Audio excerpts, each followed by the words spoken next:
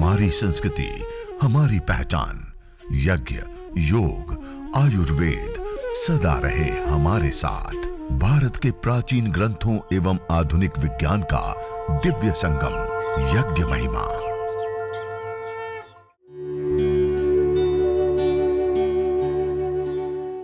भारतीय संस्कृति में यज्ञ, योग एवं आयुर्वेद जैसी अमूल्य विद्याएं हैं, जिसका मूल है वेद। इतिहास की ओर दृष्टि डालें तो भगवान राम, भगवान कृष्ण से लेकर राजा महाराजाओं, ग्रामवासियों व अरण्यवासी ऋषियों की कुटियों तक नित्य व नैमित्तिक यज्ञों का प्रचलन देखने को मिलता है।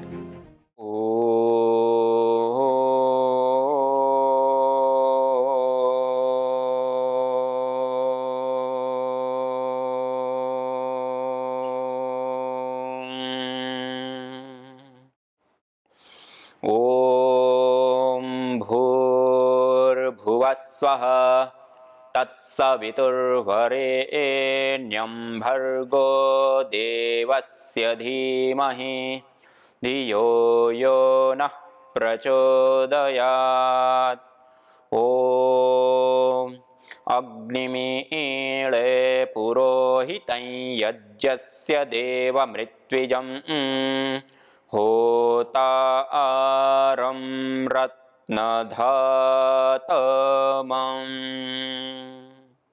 सर्वरक्षक परमपिता परमात्मा को, प्रभु को याद करते हुए, उनको कृतज्ञता पूर्वक प्रणाम करते हुए और परम पूज्य श्रद्धेय स्वामी जी महाराज, परम पूज्य श्रद्धेय आचार्य श्री महाराज, जिनके अथक तप और पुरुषार्थ के परिणाम स्वरूप आज देश नहीं पूरी दुनिया एक भारतीय प्राचीन मनीषा के आलोक से आज आलोकित हो रहा है,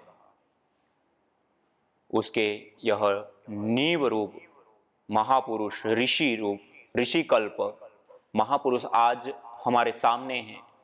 और उस समय में हम भी इस धरती पर हैं और इस धरती पर इतने बड़े परिवर्तन, चाहे वो योग की क्रांति हो, चाहे वह आयुर्वेद की क्रांति हो, उससे पहले राजनीतिक परिवर्तनों की बातें हो, बहुत सारा और बहुत बड़े बड़े परिवर्तन और एक क्रांति की लहर के रूप में परम पूज्य श्रद्धेय आचार्य श्री महाराज, परम पूज्य श्रद्धेय स्वामी जी महाराज, जो इस निरंतर सेवा कार्यों को करते हुए और हम सब लोगों को आगे बढ़ा रहे हैं। और हम सब लोगों का यह सौभाग्य है कि इस समय में हमें उनका सानिध्य, उनका मार्गदर्शन मिल रहा है। उन महान ऋषियों को नमन वंदन प्रणाम करते हुए और हम सब अपने घर को देवत्व से, ऋषित्व से युक्त करने के लिए, वेद में कहा होत्री सदनम हरितम हिरण्ययम, अर्थात जिस स्थान पे, जिस घर पे प्रतिदिन यज्ञ होता है, हवन होता है, अग्निहोत्र होता है, वह घर देवालय सा दिव्य हो जाता है, वहां पे देवीय शक्तियों का वास होता है।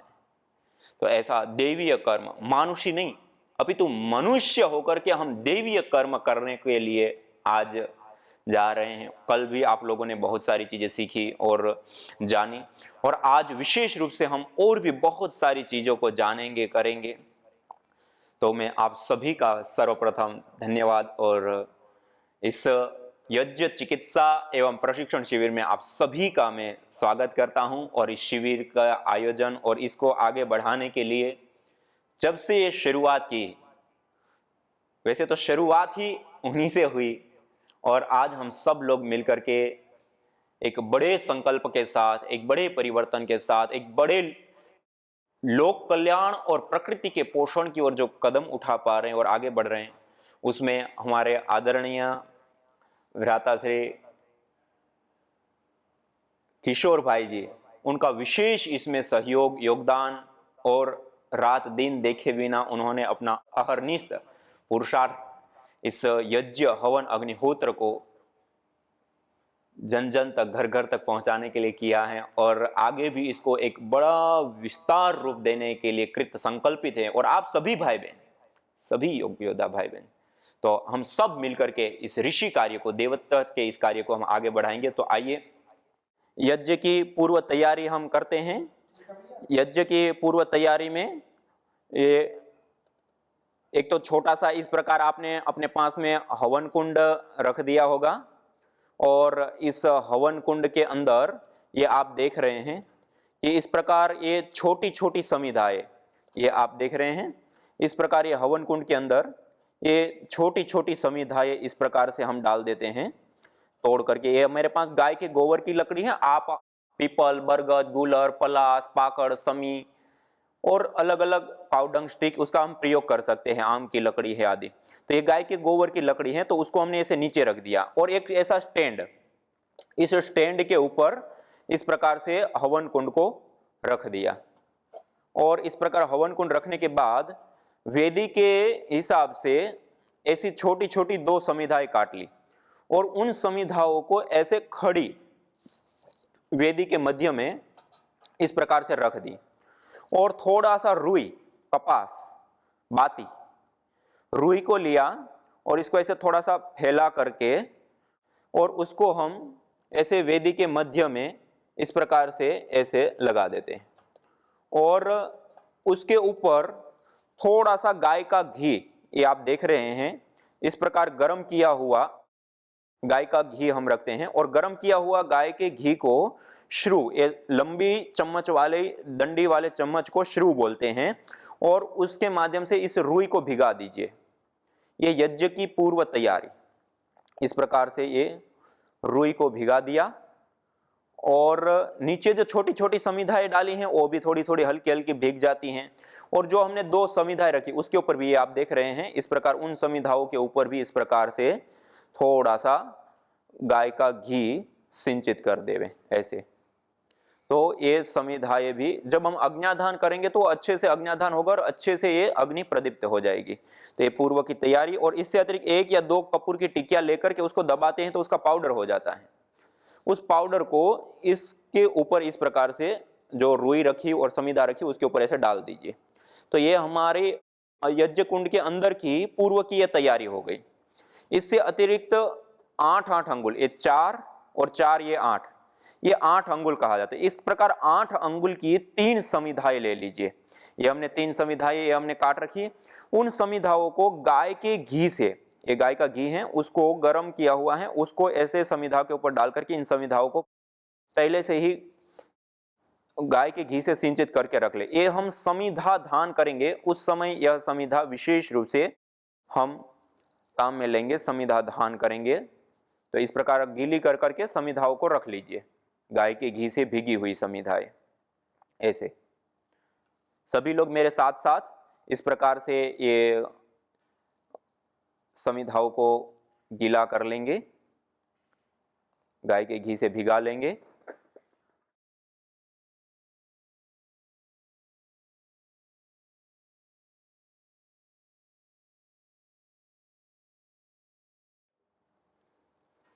तो इस प्रकार से एक छोटी सी समिधा भी हम अलग से और गीली करके रख लेते। इस प्रकार से 3-4 समिधाएं हमने गीली करके भिगा करके रख लिए।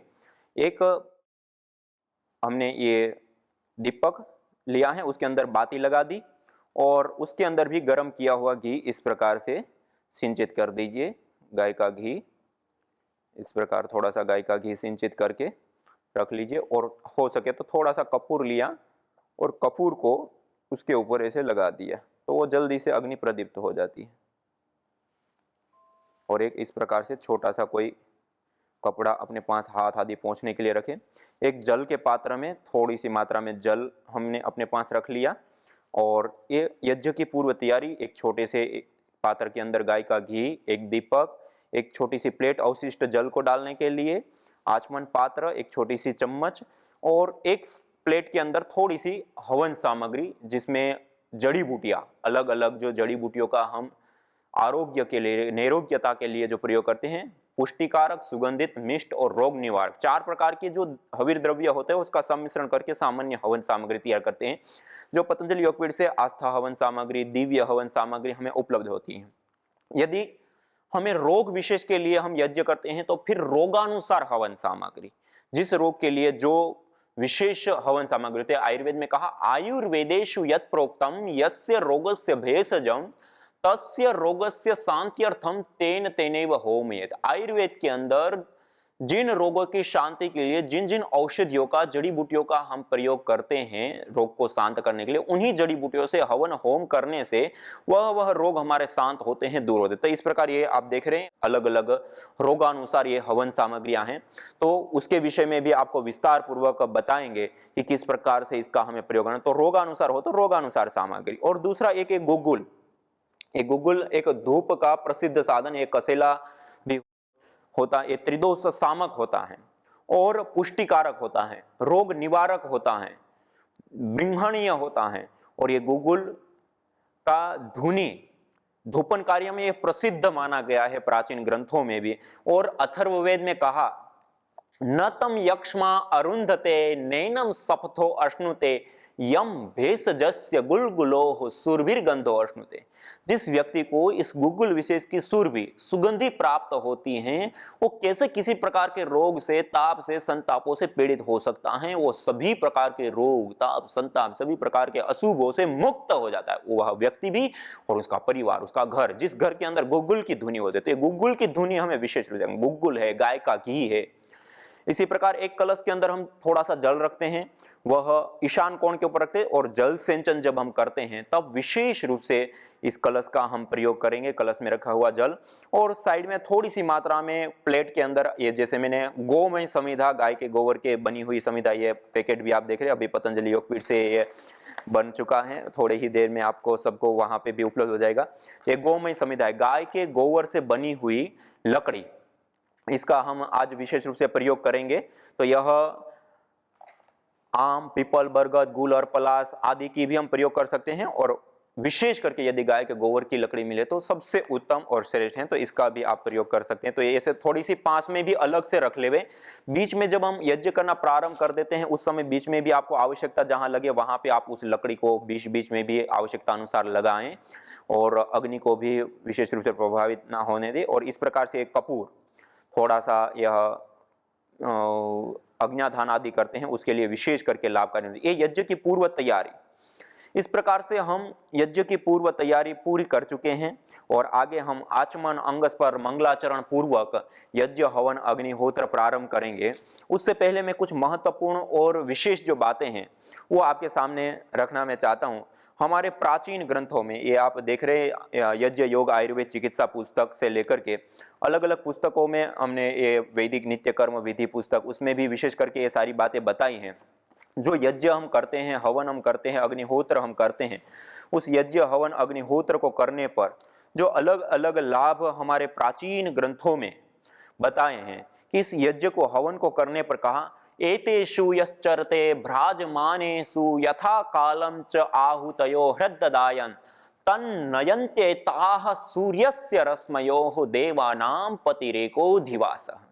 कहा कि एतेषु यश्चरते भ्राजमानेषु, जो यह 7 लपटों वाले यज्ञाग्नि की शिखाओं में जो यथा समय आहुतियां प्रदान करके अपना यज्ञ कर्म को पूर्ण करता है, वह आहुतियां उस व्यक्ति के संचित कर्म रूप हो करके उनको वहां पहुंचा देती है। देवानाम पतिरेको दिवासः, अर्थात जो परमपिता परमात्मा ईश्वर है उसका साक्षात्कार करा देती है। और इसी प्रकार कहा यथेह क्षुदिता बाला मातरम पर्युपासते एवं सर्वाणि भूतानि अग्निहोत्रम उपासत।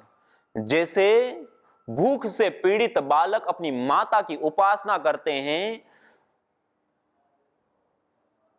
वैसे ही सारे मनुष्यगण, जीवगण अग्निहोत्रम उपासना, अग्निहोत्र की उपासना करते हैं। जब बालक अपनी मां के पास जाता है बुभुक्षा को लेकर के, तो उनको निश्चितता होती है कि मां के पास जाएंगे तो ये भूख की निवृत्ति निश्चित होनी है, एक निश्चिंतता होती है। एवं सर्वाणि भूतानि अग्निहोत्रम, ऐसे ही सारे मनुष्यगण दुख से इस संसार में पीड़ित होकर के अग्निहोत्रम उपासते, अग्निहोत्र की उपासना करते हैं। यज्ञ अर्थात यह अग्निहोत्र, यज्ञ हवन हमारे जीवन में आने वाले दुखों का विनाश करने वाला था, दुखों को दूर करने वाला था। यह सुख का सबसे बड़ा कारण है। और कहा अग्नेश्चैव सायं प्रजापति चेत ब्रवीत अग्नये स्वाहा चेत प्रजापति चेती, अर्थात दो विशेष आहुतियां प्रातःकाल सूर्य और प्रजापति के लिए, और दो विशेष आहुतियां सायंकाल को अग्नि और प्रजापति के लिए नियम पूर्वक हर रोज देनी होती है। और कहा इस प्रकार नियम पूर्वक, और एतद्वै जरामर्य सत्रम यद अग्निहोत्रम जरयाहवा मृत्युनावा मुच्यते, अर्थात यह जो अग्निहोत्र यज्ञ है यह जरामर्य सत्र है, या तो हमारी जरा अवस्था अर्थात बुढ़ापा आ जाए या मर्य अर्थात हमारी मृत्यु हो जाए तब यह छोड़ने योग्य। उससे पहले ने इस प्रकार श्रीमद् भगवद गीता में भी कहा, यज्ञ दान तप कर्म न त्याज्यम कार्यमेव तत्, यज्ञ दान तपश्चैव पावनानि मनीषिणाम, यज्ञ दान और तप रूप कर्म को कभी भी नहीं त्यागना चाहिए। यह यज्ञ दान और तप रूप कर्म तो मनुष्यों को भी पावन करने वाला होता है, तो हम सामान्य मनुष्य की तो बात ही छोड़ दो। तो इसलिए यह जो यज्ञ है वो जरामर्य सत्र है, और इस प्रकार नियम पूर्वक जो यज्ञ करता है तो क्या होता है, तो कहा अग्निहोत्रे अश्वमेघस्याप्ति ही, इस अग्निहोत्र को करने पर जो अश्वमेघ यज्ञ का जो फल होता है उसकी प्राप्ति हो जाती है। और कहा सर्वस्मात् पाप मनो निर्मुच्यते स य एवं विद्वान अग्निहोत्र उपासते, जो इस प्रकार इस अग्निहोत्र की यज्ञ की उपासना करता है वह सभी प्रकार के पापों से, सभी प्रकार के दोषों से, दुखों से मुक्त हो जाता है। ये यज्ञ हवन अग्निहोत्र की अनंत महिमा है, और हमारे प्राचीन ग्रंथों में जिस प्रकार से बताया ऐसे ही इसकी परिभाषा बताते हुए मीमांसाकारों ने बताया कि येन सदनुष्ठानेन संपूर्ण विश्वम कल्याणम भवेत्, आध्यात्मिक आधिदैविक आधि भौतिक ताप त्रयोन उन्मूलनम सुकरम स्यात् तद यज्ञ पदाभिधेयम, यस्य संपूर्ण एन सदनुष्ठानेन संपूर्ण विश्वम कल्याण, जिस सदनुष्ठान से संपूर्ण विश्व का कल्याण होता हो। हम जब संपूर्ण जीवन की बात करते हैं तो दो चीजें हमारे सामने आती है, अभ्युदय और निश्रेयस। यह जो यज्ञ है, हवन है, अग्निहोत्र है, संपूर्ण विश्वम कल्याणम, संपूर्ण विश्व का तो कल्याण होता है, और आध्यात्मिक आधिदैविक आधि भौतिक ताप त्रयोन उन्मूलनम, हमारे जीवन में आने वाले जो अनेक प्रकार के दुख हैं उसको हमारे ऋषियों ने तीन कैटेगरी में बांधा। सांख्य शास्त्र में महर्षि कपिल जी, अथ त्रिविध दुख अत्यंत निवृत्ति अत्यंत पुरुषार्थ, ये तीन प्रकार के जो हमारे जीवन में दुख आते हैं उनकी अत्यंत निवृत्ति अत्यंत पुरुषार्थ कहा गया। और वह जो तीन प्रकार के दुख आते हैं हमारे जीवन में उनको दूर करने के लिए हम जो अलग अलग उपाय करते हैं उसमें यज्ञ को, हवन को, अग्निहोत्र को कहा आध्यात्मिक आधिदैविक आधि भौतिक ताप त्रयोन उन्मूलनम, इन तीनों प्रकार के तापों का, इन तीनों प्रकार के दुखों का, कष्टों का उन्मूलन अर्थात दूर करना सरल जिससे हो जाए उसको कहते हैं अग्निहोत्र, उसको कहते हैं यज्ञ, उसको कहते हैं हवन। तो इस प्रकार से हमारे प्राचीन ग्रंथों में बहुत बड़ी इसकी महिमा है। श्रीमद् भगवद गीता में भी भगवान श्री कृष्ण जी कहते हैं यज्ञ शिष्टासिन संतो मुच्यन्ते सर्वकल विषय भुंजते तु त्वगम पापा ये पचन्ति आत्म कारण। जो व्यक्ति हवन करने के पश्चात भोजन करता है वह सभी प्रकार के पापों से, क्लेशों से मुक्त हो जाता है। और यज्ञ शिष्टा अमृत भुजो यान्ति ब्रह्म सनातम नायम लोको यज्ञ सकुतोन्य कुरुसत्तम, जो यज्ञ नहीं करता है उसके लिए तो यह लोक भी सुख करने होता है, परलोक की तो बात ही छोड़ दीजिए।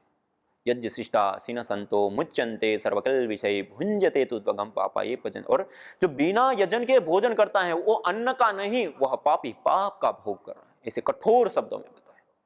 फिर चौथे अध्याय में जाकर के फिर से वही बात बोली, यज्ञ शिष्टा अमृत भुजो यान्ति ब्रह्म सनाम, जो यज्ञ करने के बाद शेष बचे हुए अन्न का पान करता है सनातन ब्रह्म को प्राप्त कर लेता है, और जो बिना यजन का भोजन करता है उसके लिए तो यह लोक भी सुख करने होता है, परलोक की तो बात ही छोड़ दीजिए।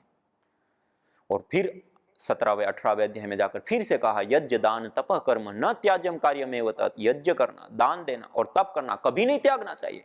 यज्ञ दान तपश्चैव पावनानि मनीषिणम, यज्ञ करना, दान करना और तप करना ये तो मनुष्यों को भी पावन करने वाले कर्म होते हैं। इसलिए हम सब आज विशेष रूप से जो यह शिविर हम कर रहे हैं, उस माध्यम से हमारे ऋषियों ने, हमारे पूर्वजों ने जो इस यज्ञ के अनंत अनंत गुण महिमा समझी जानी और हमारी परंपराओं में हमारे पर्वों के साथ जोड़ करके, हमारे संस्कारों के साथ जोड़ करके, हमारी दिनचर्या के साथ जोड़ करके और शुभ अशुभ कर्मों के साथ जोड़ करके ना जाने कई सारी प्रकार से यज्ञों को हमारे जीवन के साथ जोड़ने का प्रयास किया परंपराओं के। तो उसके पीछे बहुत बड़ा विज्ञान है, बहुत सारे लाभ। इसलिए तो वेद में कहा सूचि जीवो अग्नि सहस्रारंभ, यह पवित्र ज्वाला वाली यज्ञाग्नि हमें हजारों हजारों लाभ देने वाली होती है। तो इस हजारों हजारों लाभ को उठाने के लिए निश्चित रूप से हमें यह हवन, यज्ञ, अग्निहोत्र निश्चित रूप से हमें करना होता है। और जैसे एक और मैंने बताया कि एक और हम यज्ञ करते हैं तो अनंत अनंत लाभ बताए। यथे क्षुधिदा बाला मातरम पर्युपास्ते एवं सर्वाणि भूतानि अग्निहोत्रम। जैसे भूख से पीड़ित बालक अपनी माता की उपासना करते हैं, ऐसे ही सभी प्रकार के दुखों की निवृत्ति के लिए मनुष्यगण यज्ञ की उपासना करते हैं। इसी प्रकार आपको बताया एतेषु यश्चरते भ्राजमानेषु यथा कालम च आहुत्यो हृददान तन्नयन्ते ताः सूर्यस्य रश्मयोः देवानां पतिरेको अधिवास। जैसे जो व्यक्ति सही समय पर हवन करके यज्ञ कर्म को पूरा करते हैं, साक्षात परमपिता परमात्मा का साक्षात्कार कर लेता है। इसी प्रकार सर्वस्मात् पापमनो निर्मुच्यते स य एवं विद्वान अग्निहोत्रम उपासते। जो व्यक्ति यज्ञ हवन करता है उसके सभी प्रकार के पाप क्लेश नष्ट हो जाते हैं, दूर हो जाते हैं। और अग्निहोत्रे अश्वमेघस्य प्राप्ति, अग्निहोत्र करने पर अश्वमेघ यज्ञ की प्राप्ति से लेकर के येन सदनुष्ठानेन संपूर्ण विश्वम कल्याणम भवेत् आध्यात्मिक आधिदैविक आधि भौतिक ताप त्रयोन उन्मूलनम सुकरम स्यात्। जिस यज्ञ को, हवन को, अग्निहोत्र को करने पर तीनों प्रकार के ताप, दुख, संताप हमारे दूर हो जाते हैं। तो ऐसा एक और देखे तो चारों ओर लाभ ही लाभ। और श्रीमद् भगवद गीता में यज्ञ शिष्टा अमृत भुजो यान्ति वरुण, सनातन ब्रह्म को प्राप्त कर लेता है। और यज्ञ शिष्टा सिन्ह संतो मुच्यन्ते सर्वक्लेश, सभी क्लेशों से मुक्त हो जाता है। इस प्रकार अलग अलग जो आश्वासन दिए, इतने सारे लाभ बता दिए मुक्ति पर्यंत। सत्याः सन्तु यजमानस्य कामा, यजमान की सारी मनोकामनाएं पूर्ण। इष्ट काम धूक, सर्व काम धूक, कितने कितने लाभ बताए करने पर। और यदि नहीं करता है तो इतने भयावह, इतने कठोर शब्दों से हमें सचेत कर रहे हैं। न जाने कितनों ने आहुतियां दी इन अमित्र रोगों के संतापों से, है वर्तमान भी आज दुखित, न पूछो भविष्य के प्रकोपों से। प्रत्युष पावनी होती जहां यज्ञानुष्ठान घर आंगन में, वहां मनुष्येतर सब झूमते शांति भरे सुख आनंद से। इदम हवीर यातु धाना नदी फेना इमाम वहत। अर्थात जैसे नदी का जल जाग को बहा ले जाता है, वैसे ही यज्ञ में आहूत की हुई हवि सभी प्रकार के रोग, दोष, ताप, संतापों को वैसे ही बहा ले जाती है जैसे नदी जागो को। मेरे को शुगर का बीमारी था। हाँ। वो 400-500 था, अभी 100 से केवल यज्ञ से ठीक हुआ। यज्ञ से ठीक हुआ। देखो ये यज्ञ से 500 रहती थी, 500 रहती थी डायबिटीज। वो 10 गोली लेती थी, 10 गोली लेती थी माता जी। मेरा जो मैं सोचा ना वो सब कुछ यज्ञ से मेरा ठीक हो गया। देखो कहते हैं ना इष्ट काम दुख यज्ञ को कहा। माता जी मैंने जो जो सोचा, जो जो यज्ञ देवता से मांगा वो दिया, सब यज्ञ देवता ने दिया। देवता को बाहर भेजने के था करने के लिए, वो भी यज्ञ का भगवान से ठीक हो गया, सब गए उधर। मैं सोचा भी नहीं था मैं नहीं भेज सकता, इतना बड़ा नहीं है, मैं गरीब है, इतना ऐसा भेज नहीं सकता 40 लाख खर्चा करके। फिर भगवान का दया से मेरे को सब कुछ अच्छा हो। देखो यज्ञ के माध्यम से स्त्री की कामना, स्त्री कामो यज्ञ कहते हैं ना शास्त्र। देखो माता जी की स्त्री की कामना भी पूर्ण हो गई। मेरा बॉडी बहुत था, लेकिन मैं यहाँ यज्ञ आने से मेरा बॉडी कम हो गया, मुझे शरीर में बहुत अच्छा ऊर्जा मिला। आज एक सबसे बड़ी समस्या है, सबको मोटापा खूब बढ़ रहा है। तो देखो मोटापा कम करने के लिए भी यज्ञ। और अभी वो माता जी ने बताया था ना, उनका बेटा बिल्कुल पतला था, बिल्कुल कमजोर था, सोता रहता था, तो वो भी ठीक हो गया। तो डायबिटीज भी अभी ठीक है, पहले ज्यादा रहती थी, अभी ठीक है यज्ञ से। यज्ञ के कारण देखो डायबिटीज, मोटापा कम हो गया, डायबिटीज ठीक हो गई। तो यज्ञ से बहुत फायदा हुआ है, इसलिए मैं रोज आ रही हूँ। हर रोज यज्ञ करती है माता जी। मेरे को थायराइड की बीमारी थी और पतले होने की बीमारी थी, तो 9 किलो वेट मेरा कम हो गया था। इसमें हवन में आने से मेरा वजन अभी 6 किलो 7 किलो जितना बढ़ गया है और मेरे को ज़्यादा तौर से मन की शांति ज़्यादा मिलती है और घर का कुछ भी टेंशन होवे हवन में आ जाती हूँ तो एकदम बिल्कुल टेंशन फ्री में हो जाती हूँ। यज्ञ भारतीय संस्कृति की मुकुट मणि है, प्रतीक है, मूल है। मानव जीवन के हर पहलू के साथ यज्ञ जुड़ा हुआ है, चाहे वह संस्कार, चाहे पूजा पाठ या फिर पर्व से लेकर हर शुभ अशुभ अवसरों में भी यज्ञ करने की सार्वभौमिक, वैज्ञानिक एवं पंथ निरपेक्ष पावनी परंपरा रही है। आइए हम संकल्प लें, संसार के श्रेष्ठतम कर्म यज्ञ को अपनाएं। पिंड और ब्रह्मांड में संतुलन कायम करने वाले यज्ञ को अपने जीवन का अभिन्न अंग बनाएं एवं प्रकृति मां के प्रति अपने ऋणों को अदा करें। विश्व स्वास्थ्य का एक नारा, यज्ञ से होगा जग उजियारा।